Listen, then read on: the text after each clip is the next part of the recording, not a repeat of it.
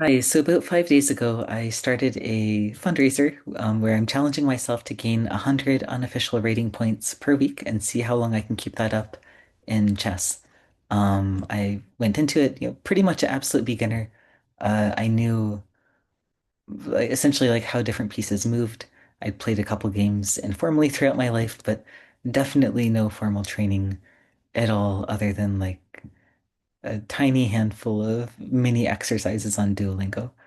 Um, And yeah, it's been a fascinating uh past few days. I really think the game is very interesting.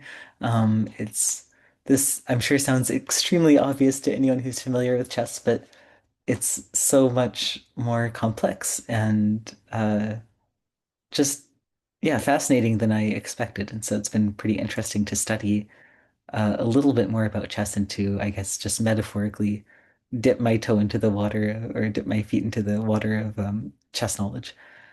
Uh, so as far as the actual progress on the fundraiser, here is, and this, sorry, this fundraiser is like not affiliated in any way with any kind of chess tool. That's probably like obvious by our tiny platform, but just in case I want to clarify, there's no official affiliation here, but I had to pick something to actually quantify my progress and to see whether I'm actually meeting the thresholds or goals each week. So the first website I heard of was chess.com, so that's just the one that I started using. And I guess now that the fundraiser started, I should probably stick to that. Um, After I played the initial 5 rounds of rapid games, my estimated rating was 320. And then at the time of recording this video, it's 425. So the first week is fortunately done. Hopefully, in the last few days of the week, I can boost the rating just a little bit more to give myself a bit of a buffer going into the second week. I know that, while I'm still like very much in the absolute beginner stage, probably once I hopefully get out of that stage, it might be a little bit slower going to increase the rating, so it'll be more of a challenge at that point. Um, I also just wanted to, in case it's of interest, like anyone else who's an absolute beginner, who maybe finds it fun or I don't know, worthwhile to hear from people in a similar situation. I thought I would share some other tools that I personally find helpful. The first one is lichess.org. This is a website that I've seen recommended online and that a friend also recommended. So when I discovered it, I was pretty happy. It's open source and yeah, it seems like a really neat website overall. I've been doing a lot of the puzzles, as you've I've done like almost 120 puzzles so far. I think this may be like a slightly out of date. I haven't refreshed this page in a while, but uh, I my puzzle score is much higher than my rapid score, which maybe is because they're different websites, but I think it also is true in general, and that the skill you have when you're able to sort of look at just one puzzle and think about it as long as you want is probably going to be a lot higher than one's skill in like an actual game where there's more pressure and where it's often involves a lot faster decision making and so on. But at this point, my end game is apparently relatively strong relative to my other areas, and the opening is a lot weaker, which I think makes sense. It matches my experience where usually if I can make it past the first stage of the game, I usually do fairly well. But getting through that stage without having a huge disadvantage has been harder. So I'm just starting to like watch YouTube videos and other tutorials on different opening sequences, and hopefully I can kind of boost that area in the next couple weeks, but definitely an area that I need a lot of work on. Um, I guess one other tool that I've been using just in case it's helpful to hear about different tools is Duolingo. That's actually where I first kind of got the idea of doing this fundraiser from, as I discovered a chess thing. And I was like, oh, I haven't played chess in such a long time. Wouldn't it be cool if I picked up a lot of like skill and somehow found a way to put it to good use? Um, and one thing that I've personally like really enjoyed about Duolingo is that it's gamified. It kind of feels like taking a fun course. Um, and I think the reason that my end game is relatively a bit stronger is because a lot of the exercises I've done on there have been focused more on the end of the game or on checkmates. Uh, the only drawback that I've experienced so far, and of course this might just be totally subjective, but I wish that they spent a little bit more time on the opening towards the beginning. Initially, when I was doing the exercises on the checkmates, I found it to be very helpful, especially because at that time I just didn't know how to close a game or achieve a checkmate.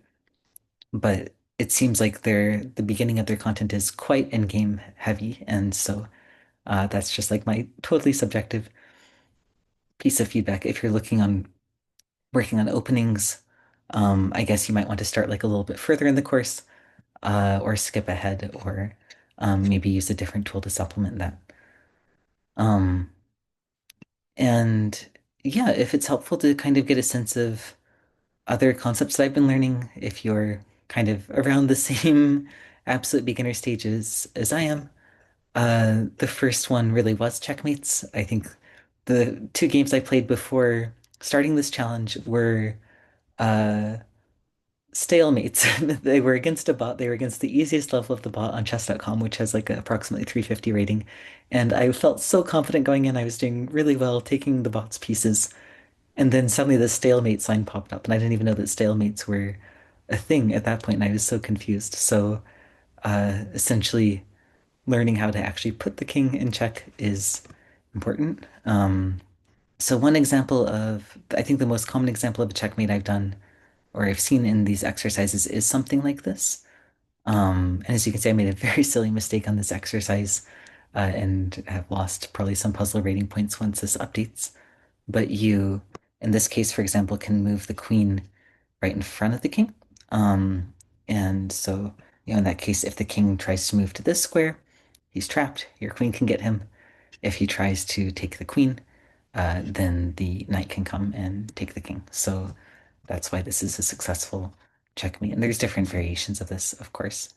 Um, the other concept that I learned about, that again, like I'm sure is very obvious to anyone who's played chess for a while, but if you're a beginner like me, you may not be as familiar with it, is a fork. And I actually haven't looked at this puzzle yet, so let's see if I can figure it out.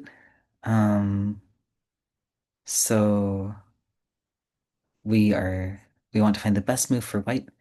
Okay, so the idea of a fork is essentially, I think if you put two pieces in jeopardy simultaneously. So I'm pretty sure in this case that if we move the knight here, yeah. So basically, the knight could take from this position either where the king was, or where the queen is.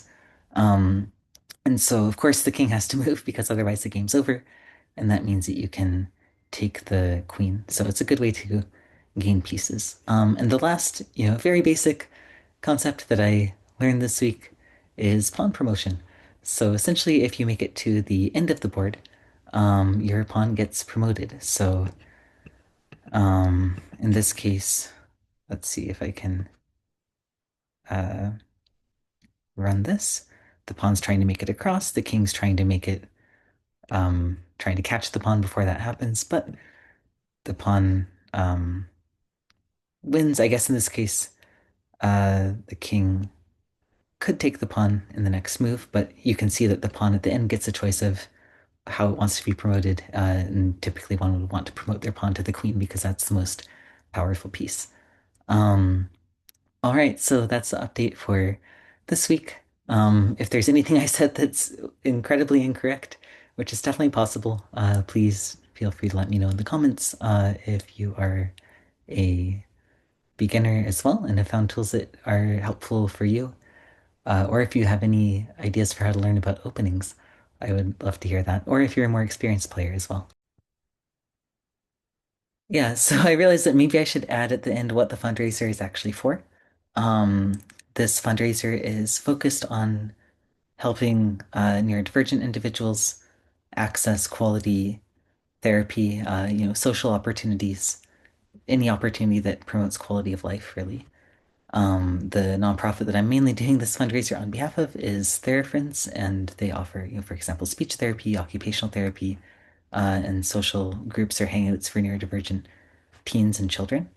And yeah, I think that so many people face barriers in accessing healthcare, or just places where they can be themselves. And even when those opportunities do exist, there can be financial barriers or there can be kind of a mismatch in approaches. So in some cases, even if it's affordable, if the therapy isn't, very respectful to the individual, or if the therapy is not very autism informed or whatnot, it might not be as helpful as we would like. So yeah, I definitely think this is an area where there's a lot of need. And yeah, that's kind of the motivation for working on this fundraiser. Thank you.